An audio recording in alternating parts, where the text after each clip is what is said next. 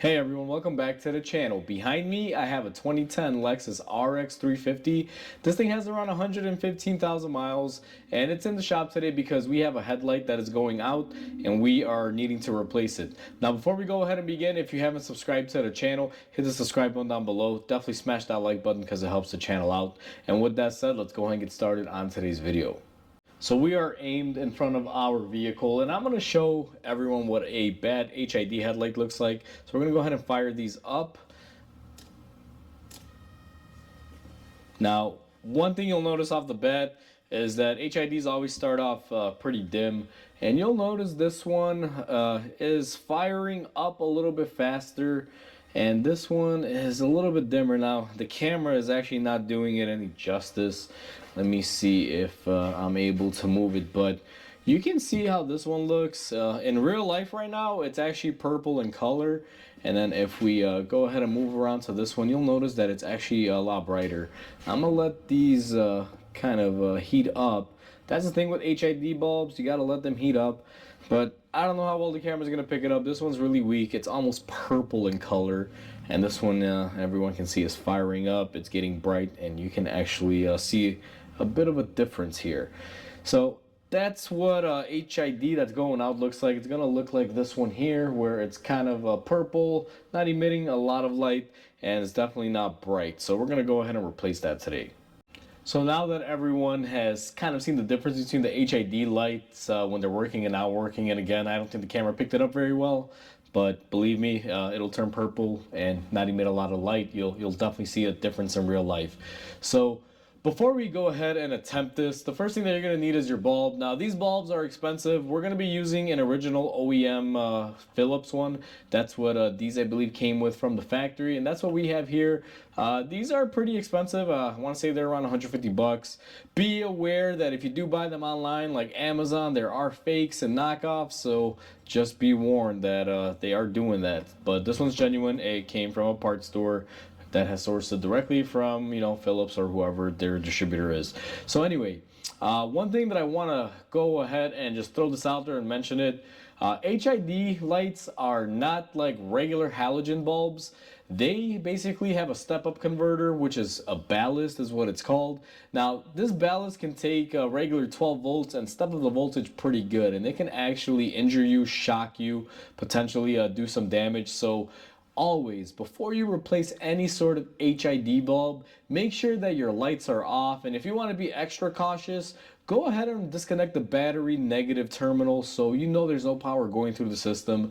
And also make sure that your lights have been off for at least 5 to 10 minutes before you go ahead and replace your HID bulb, because there still may be some power lingering in there. It's always a good safety thing to do.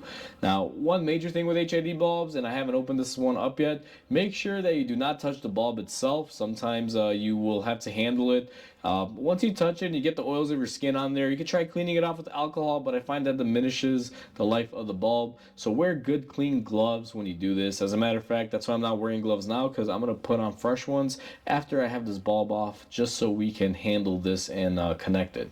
So with all that out of the way, let's go ahead and get started. We're going to be doing the passenger side today, which is pretty simple. And our car is missing a few clips and fasteners here. She is a 2010, so she's been around for a while. But your car may have this or may not have this cover, but that's where we're going to begin. We're going to remove this cover. These typically have clips. This vehicle doesn't have them, so I'm able to just lift up on this bad boy and set it out of the way.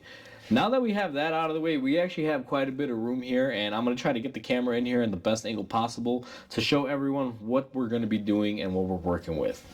Now, one thing that I'm going to do before we begin, and it'll probably make this easier to film and easier to get my hand in there, I'm going to remove this 10mm bolt that holds my washer fluid neck into place.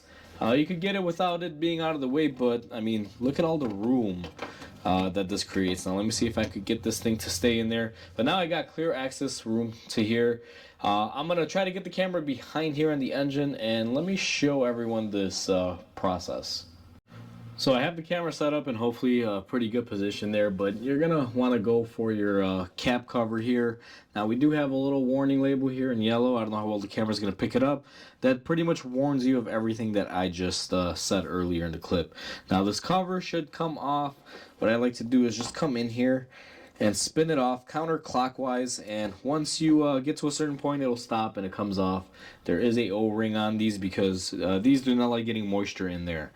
Now inside of our housing, I don't believe I'm going to be able to get in there very well, but we're going to have a little silver item here. I don't know how well the camera picks it up, and on there it's going to read lock, and it shows the arrow which way to lock. Now when we're putting it in, we're going to be locking it in, but now we're going to unlock it, so we're going to go counterclockwise and go ahead and pull it off. Now when we pull this off, this is the part you want to be careful with. This is our ballast connector. This is what can shock you and hurt you if the lights were to be turned on right now. So you know, you want to just kind of get this out of the way and leave it out of there. Now there is going to be the bulb in there. I'm going to try to get the camera in there. Let me see if I can get you guys off of where you're at and show you, but it's pretty deep. There's going to be a little clip that you're supposed to push in with your finger and unhook, and it should release the bulb. So this is probably the best angle I could get in here, but what I'm going to do is go ahead and with my finger we're going to push on the clip, and sometimes these come off easy, sometimes they wind up fighting you. It's just a matter of if someone's ever replaced them before. Now on ours it should be releasing, but I do believe someone's been in here before and has messed with this. And this isn't going to be the best example of it, but we got one off, and then we're going to go ahead and get our second side off. Now you guys will see the two little fingers. You're going to want to basically push one inward this way and one outward that way. You can do them both at the same time or individually. So now we're going to go ahead and pull off our bulb. Keep in mind the orientation. You guys can see how we took it off. You have this little notch here, so just remember how you took it off. Now our bulb is, you know, going out. Now you guys see that fogginess in there. It's not uncommon for them to be foggy like that. Sometimes that happens naturally, even on a new one after you you know, install it. It's called a burn-in phase. So now that we have that, we're gonna go ahead and get our new bulb. So I have our new bulb. Now I haven't even touched it. You guys can see here it is still in its packaging. I'm electing not to put on the gloves. I'm just holding this at the base. I'm not touching the filament or anything. So what I'm gonna do now is very carefully, I try not to touch anything when I put these in there. We're gonna go ahead and install it the right side up. We have that notch facing the right way. And what we're gonna do is go ahead and put our clips in. And now for our ballast burner, you guys will see how it says lock on there and shows you all those positions. Now we're gonna put ours in the opposite way that we took it off and go ahead and lock it in just like so. And what we're gonna do next is go ahead and take our cover that we had previously removed, and this is kind of a pain because the camera's in the way, but what I like to do is get this bad boy in here. And you will be fighting these a little bit, especially with all these wires here. I don't know what this wire goes to, but this seems to be cramping my style here. Plus the camera being so close is not helping either. But let me see if I can get this in here. Just like so. So once you get it lined up like we did, go ahead. I'm gonna have to do this with two hands. But we're gonna go ahead and lock it in just like so. Now there's no real right way to lock it in. I mean, you can do it one of many ways. What I find is that as long as it's locked in, it doesn't spin a lot, you should be good. Now we had our tab facing up this way, and now our tab is down here. It doesn't really matter, makes no difference. That's just there, I guess, to aid you, because it's like a nice little leverage point. So now that we have that, let's go ahead and grab the camera out of there, and let's put our washer fluid back. Now that we have our bulb installed, it's pretty simple on this side. This side gives you a lot of room. We're going to go ahead and take our washer filler neck and just go ahead and put it back in place. Always hand tighten it first. Now we're gonna go ahead and just snug it up. And don't forget our beautiful cover that Lexus provides. I hate these things. I don't know why manufacturers do this, but either way, let's put our pretty cover back on to make it look like it's nice. And once you have that, we're all set. Now what we're gonna do is go ahead and turn this on and burn it in. So let me get the camera set up like we had it before. With all new HIDs, just like the one we installed, what you got to do is burn in the bulb, and what that's going to consist of is turning the lights on and letting them run for about 5 minutes to help the bulb burn in. You don't want to just turn them on and off. Give it that time frame. Now I have not even turned mine on, so we're going to go ahead and turn everything on. I'm sure you guys can hear the buzzing. That is that ballast stepping up the voltage. And I don't know how well it's gonna look or how clear you're gonna be able to notice it in this frame or not, but I see a considerable difference through the camera lens here.